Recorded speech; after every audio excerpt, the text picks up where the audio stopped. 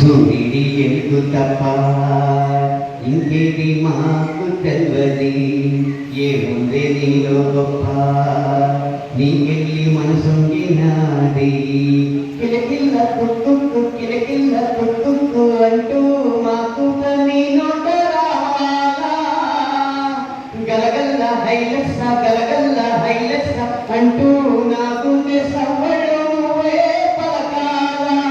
పల్లె తల్లి నడుగుతున్నా సుక్క పల్లె తల్లి నడుగుతున్నా, పోలైన మీద అందాలా పోలైన మీద అందాలా.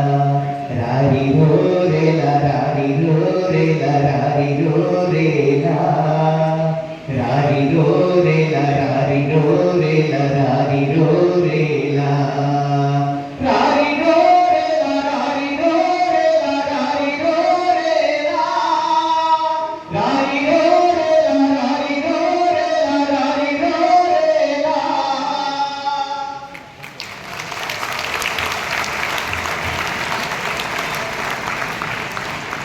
ఈ వేదిక చూస్తుంటే నాకు ఎందుకో కైలాసంలో అనిపిస్తుంది. కారణం ఏంటంటే మూలాధారానికి మూలాధారాన్ని అధిష్ఠించిన గణపతి ఎలాగో ఈ వేదికలో ఈ సభ జరగడానికి మూల కారణమైన గణేష్ గారు అలాగా, ఆయన మూలంగానే మనం అందరం ఇక్కడ సమావేశం అవ్వగలిగాం. కానీ దానికి వెన్నుతట్టి ప్రోత్సహించిన వారు ఆ రోజు ఆకాశగంగ పడుతుంటే జటాజటంతో ఆపిన మహాదేవుడు ఎలాగో ఈరోజు ఆ ఆకాశగంగ పాతాళానికి వెళ్ళిపోతుంటే ఆ పాతాళగంగను మళ్ళీ పైకి తీసి మన గొంతు తడపడానికి ఉపయోగించిన సుధాకర్ పైకి అధినేత మహాదేవ్ గారు అలాగే ఈ సభని నిర్వహిస్తున్న శైల కుమార్ గారు, పార్వతీదేవి కుమారుడు అంటే కుమారస్వామి, వారు దేవతలకి కుమారస్వామి సేనానిగా ఎలా ఉన్నారో ఈ సభకి సేనానిగా ఉండి ఈ సాహితీ సమరాన్ని ముందుండి నడిపించారు. అలాగే చంద్రశేఖర్ గారు, ఇలా మొత్తానికి శివుడికి సంబంధించిన కైలాసానికి సంబంధించిన పేర్లున్న వారు ఈ సభను నడిపించడం ద్వారా ఈ సభ నాకు కైలాసంలో అనిపిస్తుంది.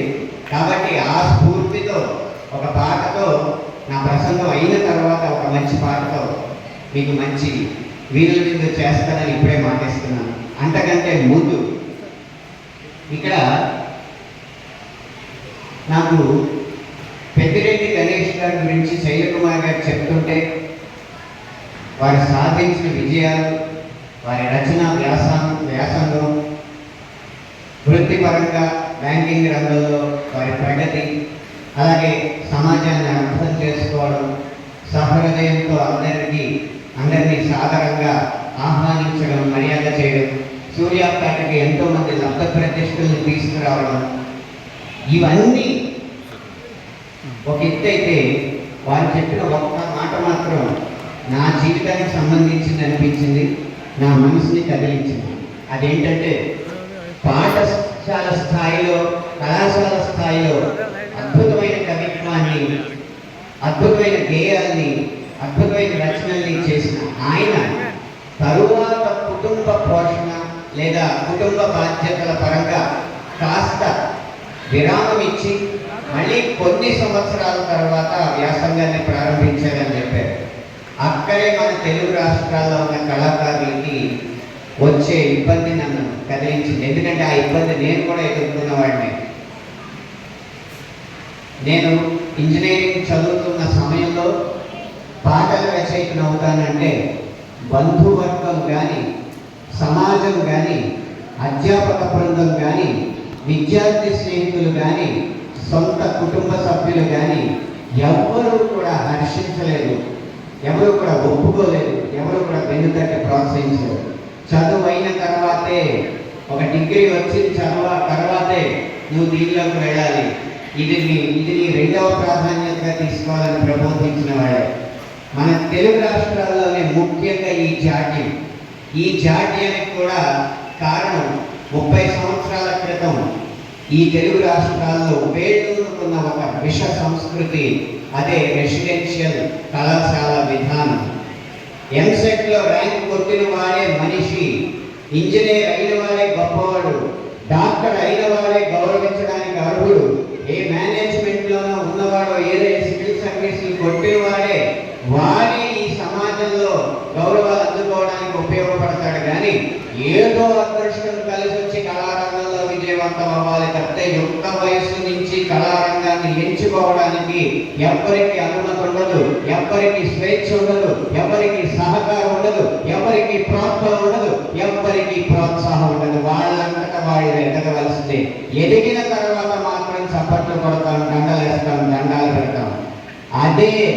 అదే గణేష్ గారు కుటుంబ బాధ్యతలు, కుటుంబ బరువు అని కాకుండా ఆ వ్యాసంగాన్ని ఆ యుక్త వయసులో గనక కొనసాగించుంటే ఈరోజు పద్మశ్రీ వారు అందుకోవాలన్న కోరికతో కాదు, పద్మశ్రీ అందుకున్న అర్హతతో ఈ సన్మానాన్ని అందుకునేవారు. అందుకనే నేను వారికి పద్మశ్రీ రావాలని మళ్ళీ కోపం తెప్పించకుండా, పద్మశ్రీ గారికి పద్మగారి కోపం తెప్పించకుండా నేనేం కోరుకుంటున్నానంటే, వారి రచనా వ్యాసంగాన్ని చూశాను. గానం, గాత్రం, గానగాత్రం.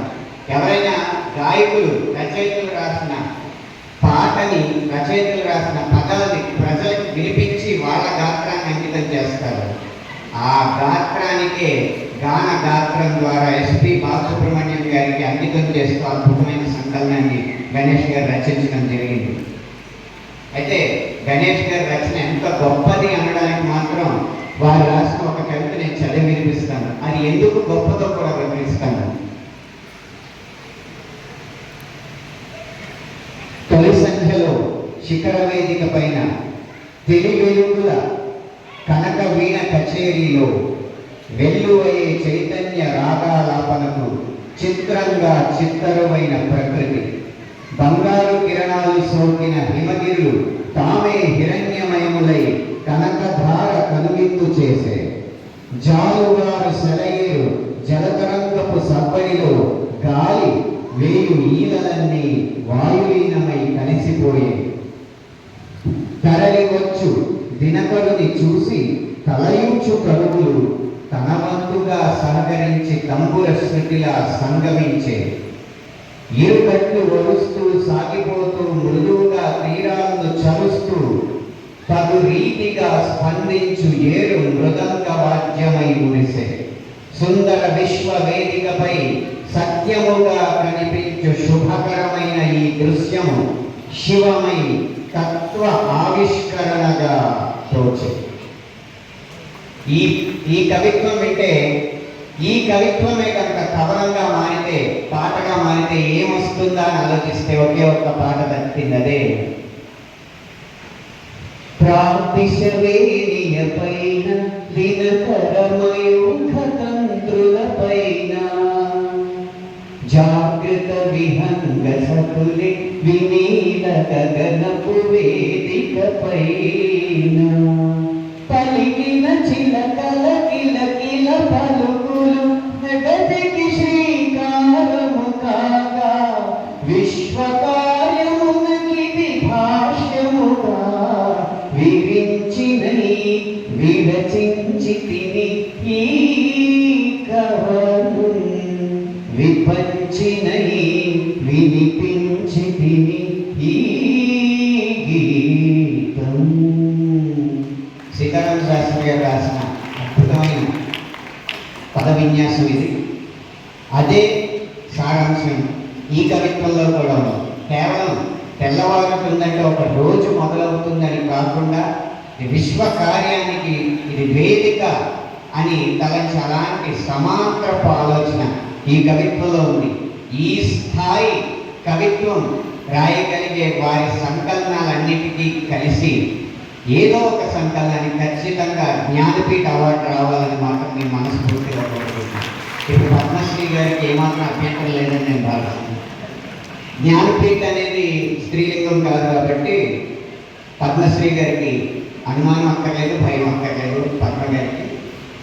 అయితే ఈ నా ఆవేదన గురించిన ఒక జోక్ లాంటి కథ లాంటి జోక్ మీకు చెప్తా ఉంటాను. ఒక పత్రికలో ప్రకటన పడింది, ఒక మేనేజర్ ఉద్యోగం కావాలి సూకి. అతనికి ఎంఎస్సి జువాలజీలోను అలాగే ఎంకామ్లోనూ కూడా ఉత్తీర్ణుడు అయి ఉండాలి. ఈ అర్హత ఉన్న వాళ్ళు అప్లై చేసుకోమని చెప్పి ప్రకటన పడింది. మన కథలో హీరోకి ఆ 2 అర్హతలు ఉన్నాయి, అప్లై చేసుకున్నాడు. ఇంటర్వ్యూకి వెళ్ళాడు.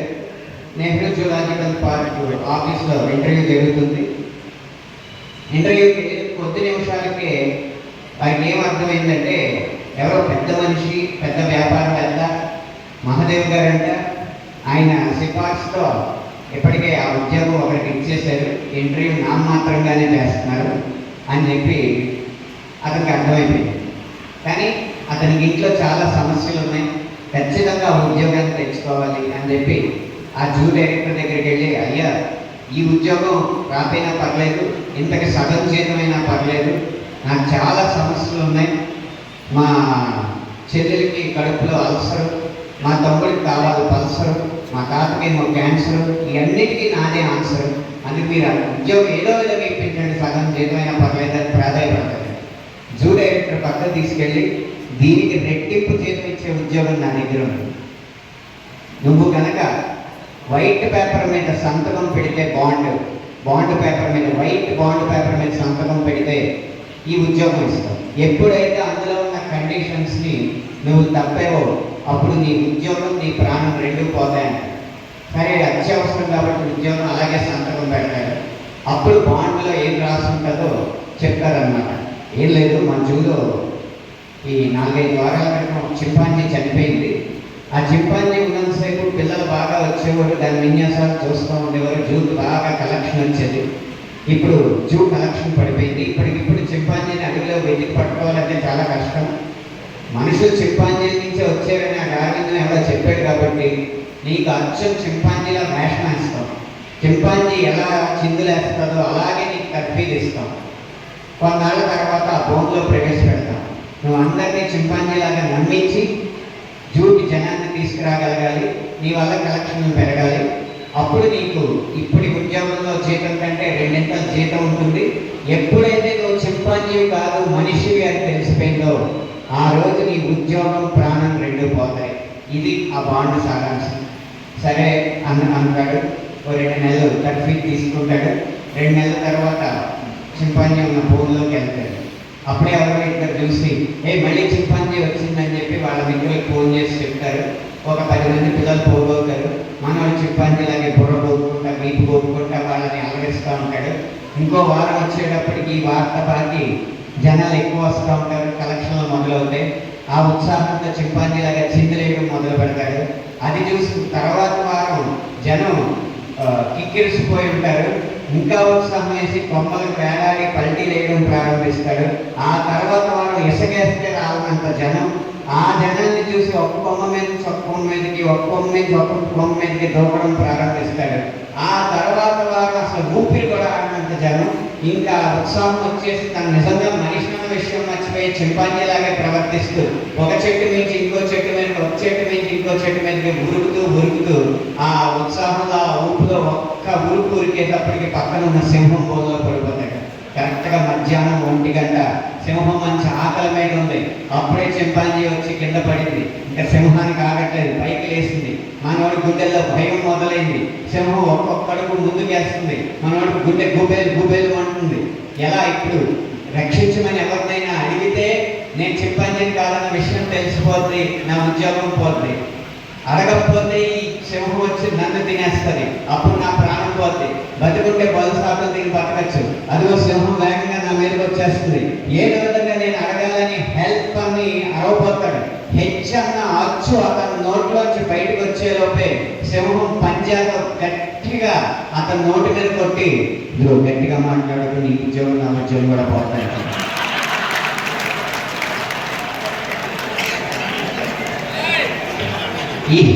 ఈ కథ చెప్పడానికి కారణం ఏంటంటే,